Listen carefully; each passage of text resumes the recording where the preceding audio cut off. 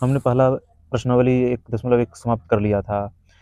आज प्रश्नावली 1.2 पढ़ेंगे एनसीईआरटी क्लास 10th, जिसमें पहला ही सवाल है, सिद्ध कीजिए कि √5 एक अपरिमेय संख्या है।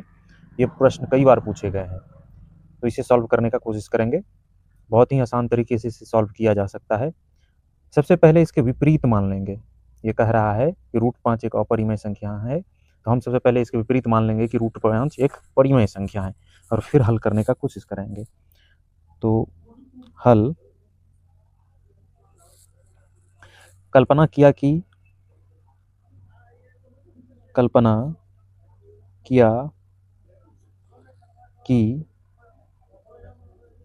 √5 एक परिमेय संख्या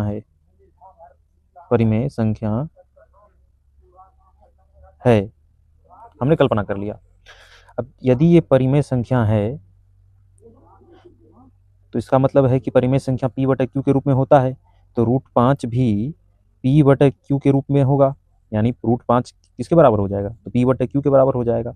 और इतना ही नहीं, q कभी भी 0 के बराबर नहीं हो सकता, क्योंकि यदि q 0 के बराबर हुआ, अर्थात यहाँ हर के स्थान पर 0 हुआ, तो ये अपरिभाषित संख्या हो जाएगी, ये फिर परिमेय संख्या नहीं रहेगा। तो अर्थात यहाँ पर q कभी 0 के बराबर नहीं हो सकता। और p, q पूर्णांक तथा p और q सहअभाज्य संख्या है, तथा p और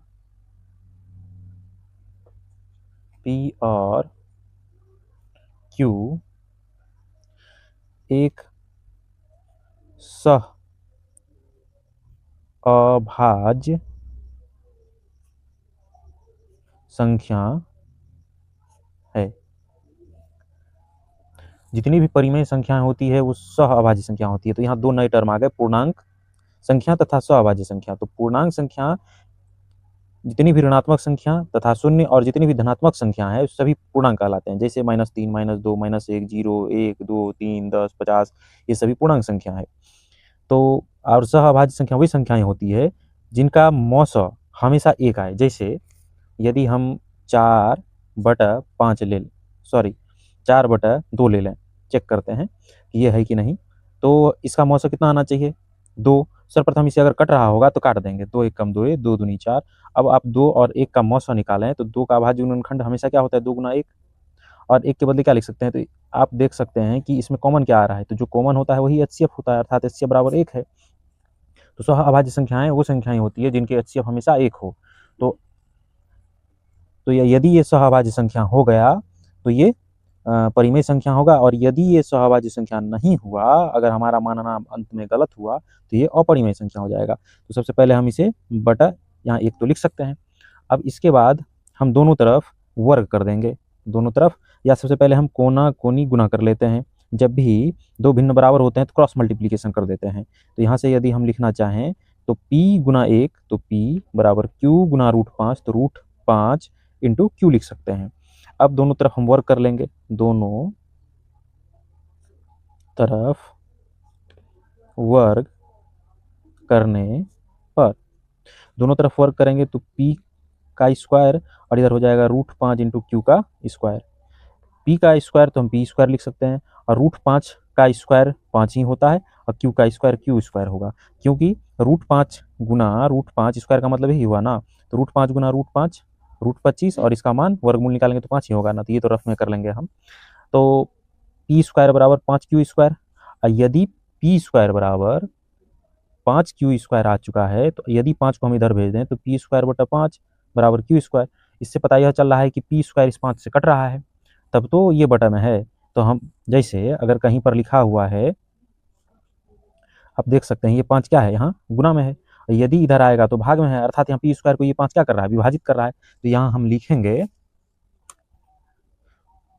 इसे समीकरण 1 मान लेंगे, और नीचे लिखेंगे यहाँ p स्क्वायर 5 से विभाजित हो रहा है, इसलिए अर्थात P भी 5 से विभाजित होगा। अब क्यों होगा तो वो इधर देख लेते हैं। यदि हम देख लें कि 6 का स्क्वायर 3 से विभाजित होता है तो 6 भी 3 से विभाजित होगा। आप देख सकते हैं होगा कि नहीं होगा, आप जान सकते हैं। तो उसी प्रकार यदि यहाँ पर पी स्क्वायर 5 से विभाजित हो रहा है तो पी भी 5 से विभाजित होगा। तो अब इसके बाद हम अब एक चीज़ मान लेंगे, अब आपको भी एग्जाम में जस्ट इसी प्रकार करने हैं। अब हम मान लेंगे P बराबर 5m, जो भी यहाँ हो ना 5 तो 5 मान लेंगे, 2 हो तो 2 मान लेंगे, एक कोई अदर कांस्टेंट मान लेंगे। m आपको मन है तो q मान सकते हैं, t मन हो t मान सकते हैं, तो मान लेंगे। तो P बराबर 5m समीकरण 1 में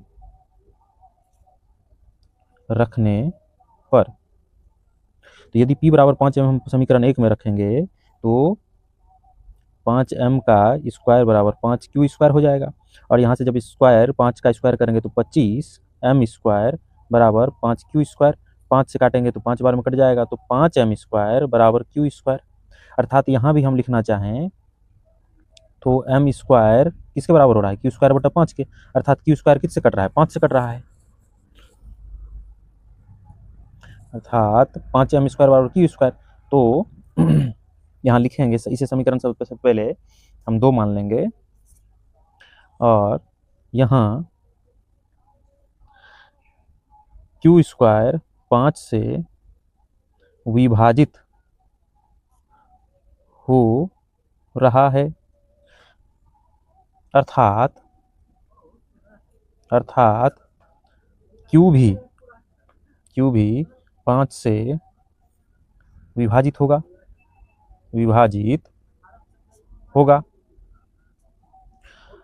q भी विभाजित होगा। अब समीकरण 1 तथा 2 से,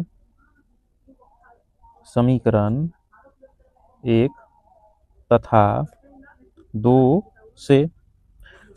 तथा 2 से HCF बराबर 1 नहीं आ रहा है, क्योंकि हम शुरू में मान चुके थे कि ये सहभाज्य संख्या है, और यदि सहभाज्य संख्या है तो सहभाज्य संख्या का HCF हमेशा 1 आना चाहिए था, लेकिन यहाँ पर HCF 1 नहीं आ रहा है, अर्थात हमारा मानना गलत है। अर्थात हमारी कल्पना गलत है और इससे सिद्ध होता है कि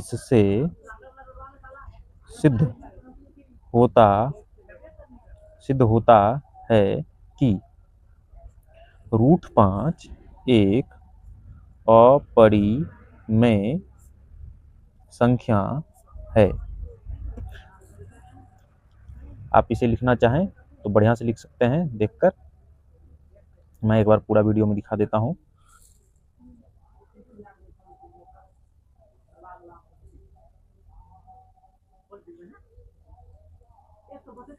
चलिए अब 2 नंबर के प्रश्न को हल करते हैं, जिसमें लिखा हुआ है कि सिद्ध कीजिए कि 3 + 2 √5 एक अपरिमेय संख्या है। तो इससे पहले जिस तरह से सवाल बनाए थे उससे उसी तरह ही बनाएंगे और उससे भी आसान ये प्रश्न है। सबसे पहले हम इसे मान लेंगे, कल्पना कर लेंगे हल। सबसे पहले हम कल्पना कर लेंगे कि एक परिमेय संख्या है। तो कल्पना किया कि 3 + 2 √5 एक परिमेय संख्या है। तो यदि ये परिमेय संख्या है तो इसे P/Q के रूप में भी लिख सकते हैं। P/Q उसी प्रकार जैसा हमने पहले प्रश्न को हल किया, और यहाँ पर Q 0 के बराबर कभी नहीं हो सकता। बाकी चीज़ें भी आप लिख सकते हैं कि P और Q सहभाज्य संख्या है और इनका HCF 1 होगा। क्योंकि प्रश्न नंबर 1 में हम लोग लिख चुके हैं तो इसमें नहीं लिख रहे हैं, आप लिख सकते हैं। अब इसे आगे हल करेंगे और आप यहाँ देख सकते हैं कि 3 के पहले और कोई चिन्ह नहीं है, तो प्लस का चिन्ह है, तो इस 3 को हम बराबर के उधर भेज देंगे। तो 2√5 P/Q, ये +3 बराबर के उधर जब जाएगा तो -3 होगा। और 2 और √5 के बीच कोई चिन्ह ना हो तो कौन सा चिन्ह होता है? गुना का चिन्ह होता है। तो ये 2 को हम उधर भेज देंगे, तो यदि ये 2 गुना में है इधर, तो उधर जाकर बटे में हो जाएगा। तो √5 बराबर p/q-3, और बटा में क्या आ जाएगा? तो 2। अर्थात ये क्या है? एक परिमेय संख्या है, और ये क्या है? एक अपरिमेय संख्या है। क्योंकि एक नंबर में हमने सिद्ध कर दिया है कि √5 एक अपरिमेय संख्या है। तो √5 अपरिमेय संख्या और ये परिमेय संख्या, एक अपरिमेय संख्या और एक परिमेय संख्या कभी भी बराबर नहीं हो सकते। अर्थात चूंकि पहले हम यहाँ पर लिख लेते हैं, अपरिमेय संख्या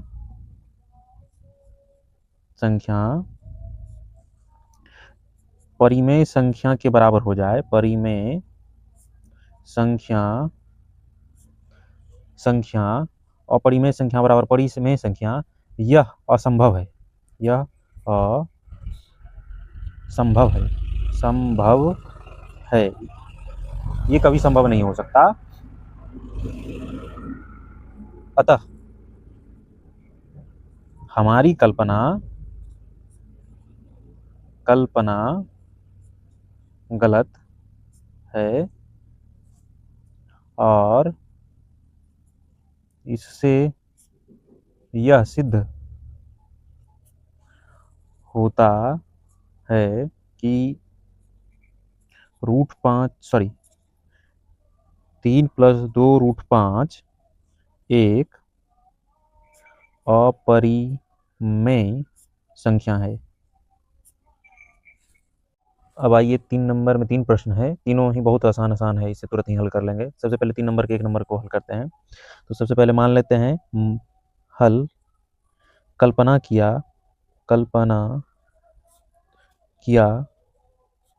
कि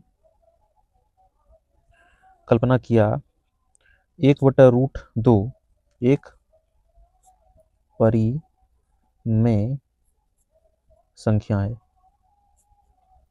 और यदि ये एक परिमेय संख्या है तो इसे हम लिख सकते हैं 1/√2 बराबर p/q भी लिख सकते हैं। और जहाँ पर q कभी 0 के बराबर नहीं होगा, फिर से आपको ये लाइन यहाँ पर लिख लेंगे। अब यहाँ पर देख रहे हैं कि √2 नीचे है, तो ऐसा करते हैं इस भिन्न को पलट देते हैं। तो यदि बराबर की इस बगल वाले भिन्न को पलटेंगे तो बराबर उस बगल वाले भिन्न को भी पलटना होगा। तो हम पलटते हैं, तो √2/1 पलटेंगे तो यहाँ हो जाएगा q/p। अब आप देख पा रहे हैं कि √2 के बराबर हम लिख सकते हैं q/p, और √2 क्या है? एक अपरिमेय संख्या है। q/p क्या है? एक परिमेय संख्या है। चूंकि इसको हम सिद्ध कर चुके हैं √5 की तरह ही इसको भी सिद्ध कर लेंगे आराम से, 1 नंबर के प्रश्न का की तरह ही ये भी है। तो हम स्पष्ट यहाँ लिखेंगे, परिमेय संख्या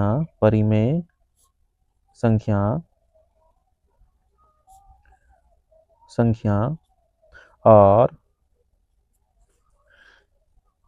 एक अपरिमेय संख्या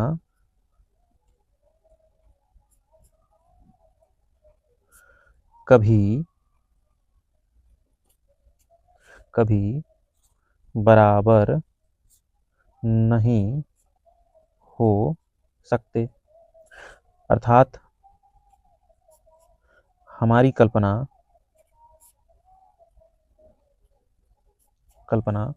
गलत है। इससे यह सिद्ध होता है कि 1/√2 एक अपरिमेय संख्या है।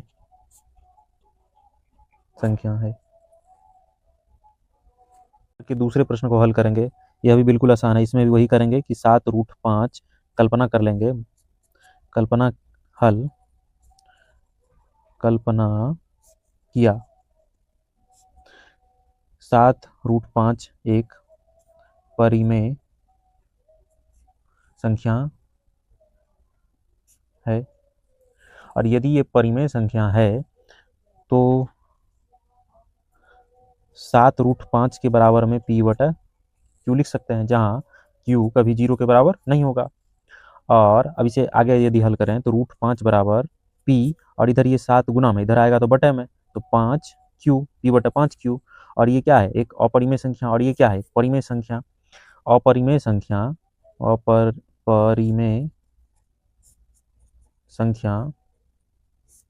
बराबर परिमेय संख्या, यह असंभव है। संभव है। अर्थात अर्थात हमारी कल्पना गलत है। इससे यह सिद्ध होता है कि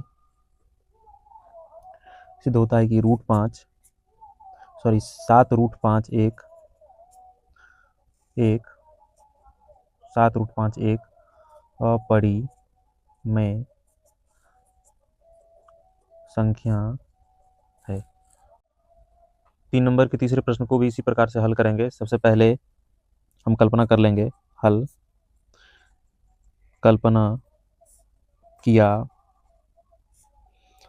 6 + √2 एक परिमेय संख्या है।